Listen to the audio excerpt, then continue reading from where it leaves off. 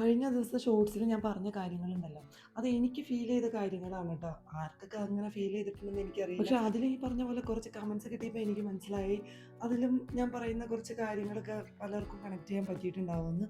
അതൊക്കെ സത്യമാണോ, സത്യമായ കാര്യങ്ങളാണ്. അപ്പോൾ കഴിഞ്ഞ ദിവസത്തെ ഷോർട്സ് കാണാത്തവർ ഓടിപ്പോയി കാണാം കേട്ടോ. ഇന്ന് എൻ്റെ സൗണ്ട് മൊത്തത്തിൽ പോയിരിക്കുകയാണ്.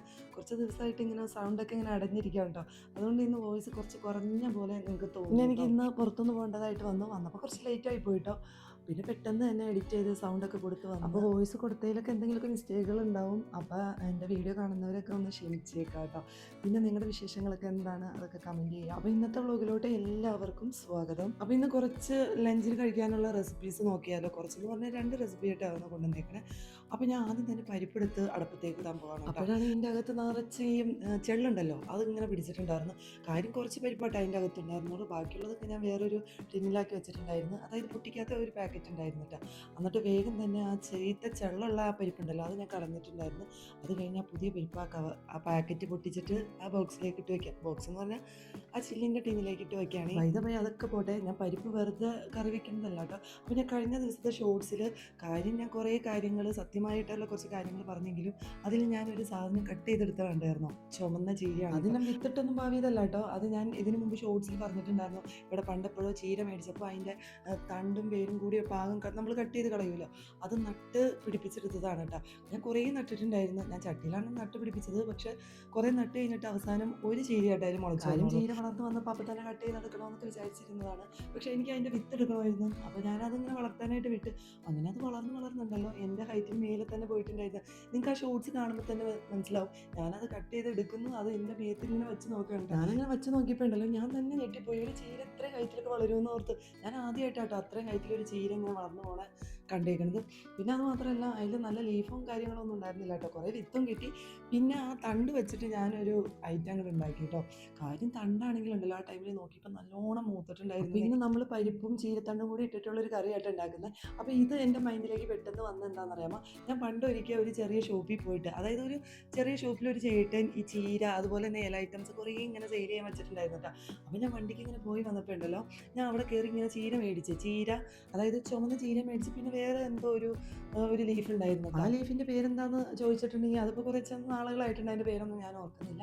അപ്പോൾ ആ ചേട്ടനുണ്ടല്ലോ, ഈ ചുമന്ന ചീര കൊണ്ടുപോയിട്ട് തോരൻ വെച്ചോ, അതിൻ്റെ കൂടെ തന്നെ ഈ ചീരയുടെ തണ്ടുണ്ടല്ലോ, ചുമന്ന ചീരയുടെ തണ്ട്, അത് പരിപ്പിലൊക്കെ ഇട്ട് കറി വെച്ചാൽ നല്ല ടേസ്റ്റ് ആയിരിക്കും ആ ചേട്ടൻ പറഞ്ഞു. അതുവരെ ഞാൻ അങ്ങനെ ഒന്നും ട്രൈ ചെയ്ത് നോക്കാത്ത ഒരാളായിരുന്നു കേട്ടോ. അപ്പോൾ അത് എൻ്റെ മൈൻഡിലുണ്ടായിരുന്നു. അതിന് ശേഷം ഞാൻ അങ്ങനെയൊക്കെ വെച്ച് നോക്കിയിട്ടുണ്ടായിരുന്നു.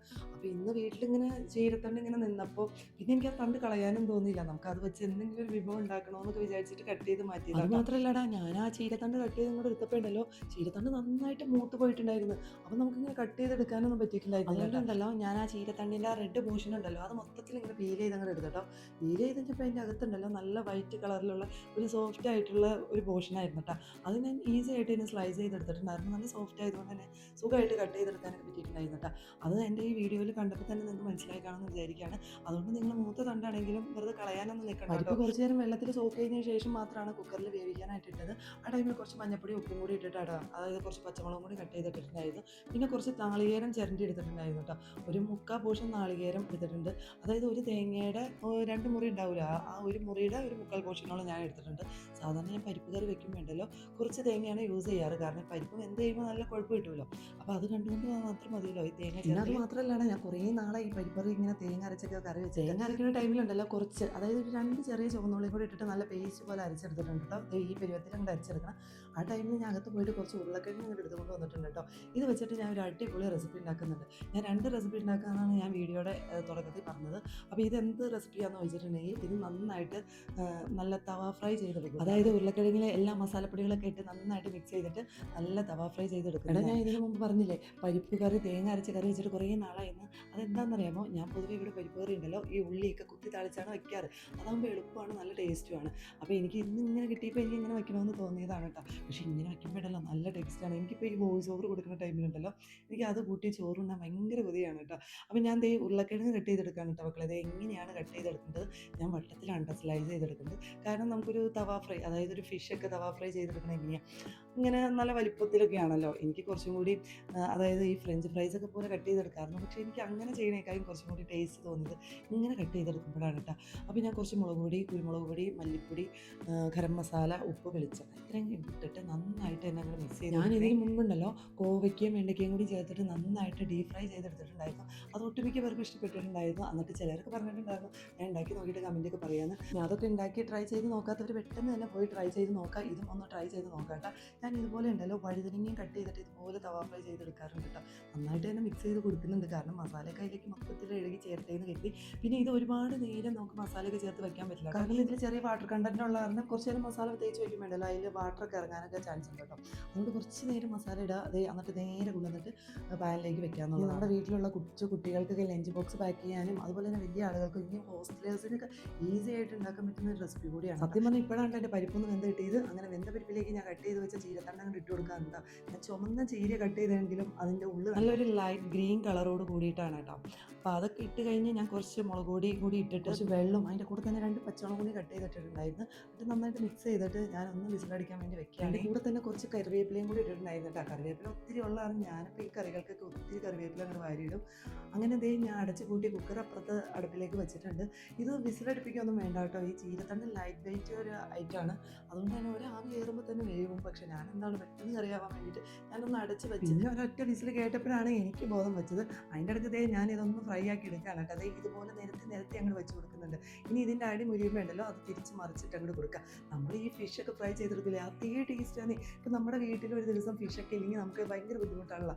അപ്പോൾ ഇതുപോലെ ഉരുളക്കിഴങ്ങോ ഈവൻ നമ്മുടെ വീട്ടിൽ വഴുതനങ്ങ ഉള്ളെങ്കിലും അതും ഇതുപോലെ ചെയ്തെടുത്താൽ അടിപൊളി ടേസ്റ്റാണ് മക്കളെ, അടിപൊളി ടേസ്റ്റ്. അപ്പോൾ ഇതൊന്ന് ട്രൈ ചെയ്താത്തവർ എൻ്റെ ഒരു റിക്വസ്റ്റ് ആയിട്ട് നിങ്ങൾ ഒരു ദിവസം ഉണ്ടാക്കി നോക്കാം. അപ്പോൾ എന്തായാലും നിങ്ങൾക്ക് എൻ്റെ പുതിയ റെസിപ്പീസ് ഞാൻ ഈ ഉൾപ്പെടുത്തുന്ന റെസിപ്പീസ് എന്നൊക്കെ പറഞ്ഞാൽ എൻ്റെ ഒരു സിമ്പിൾ റെസിപ്പീസാണ് കേട്ടോ.